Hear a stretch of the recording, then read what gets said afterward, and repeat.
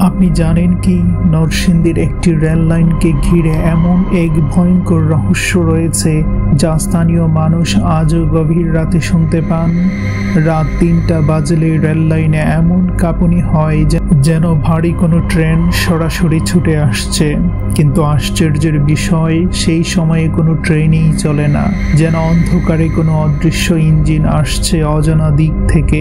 রাত যারা জেগে থাকেন তারা বলেন, হঠাৎ দূরে কোথাও শো শো শব্দ শুরু হয়। ধীরে ধীরে সেটা জোরালো হতে থাকে, যেন ট্রেন দ্রুত গতিতে এগিয়ে আসছে। রেল লাইনের উপর হাত রাখলে নাকি স্পষ্ট কাঁপুনি অনুভব করা যায়। আশেপাশের বয়স্ক মানুষদের মতে এই রুটে বহু বছর আগে একটা ট্র্যাজিক দুর্ঘটনায় বহু মানুষ প্রাণ হারান। সেই ঘটনার পর থেকেই রাতে এই রহস্যময় শব্দ শোনা যায়। অনেকে বলেন এটি কেবল শব্দ নয়, পুরো পরিবেশই বদলে যায়। এক ধরনের অস্বাভাবিক ঠান্ডা বাতাস বইতে শুরু করে। কিছু মানুষ দাবি করেন তারা অনুভব করেছেন বগির ছায়া তাদের পাশ দিয়ে চলে গেল, কিন্তু সেখানে কিছু দেখা যায়নি। এখন প্রশ্ন হলো, এটা কি সত্যি ভুতুড়ে ট্রেন নাকি কোনো বৈজ্ঞানিক ব্যাখ্যা আছে? বিজ্ঞানীরা বলেছেন রাতে তাপমাত্রা কমে গেলে সাউন্ড ওয়েভ দূর থেকে এসে এক জায়গায় জমা হতে পারে। কিন্তু যদি সেটা সত্য হয়, তাহলে রেললাইন কেন কাঁপে?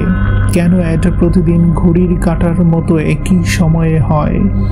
আরও আশ্চর্যের বিষয় যে মানুষগুলো এই শব্দ শুনে ভয় পেয়েছেন তাদের অনেকেই নাকি একই অভিজ্ঞতার কথা বলেন।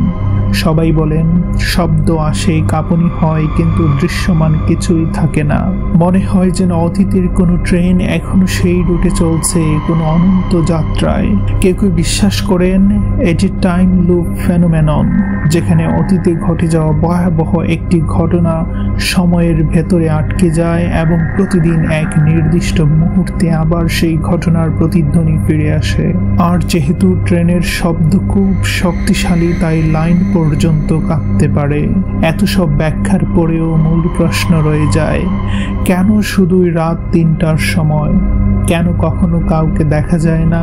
কেন ভিডিওতে ধরা পড়ে না, অথচ মানুষের শরীর কেঁপে ওঠে? নরসিংদীর এই অদৃশ্য ট্রেন যেন এক অদেখা যাত্রী, যে থামে না, দেখা যায় না, কিন্তু অনুভব করা যায়। অতীতের ছায়া কি এখনো ছুটে চলেছে রেল লাইনের বুকে, নাকি এটা সেই সব রহস্যের অংশ যেগুলো মানুষের বোধের বাইরে? বন্ধুরা, এরকম আরও রহস্যজনক ঘটনা জানতে হলে আমার চ্যানেলটি অবশ্যই সাবস্ক্রাইব করে যাবেন। ধন্যবাদ বন্ধুরা।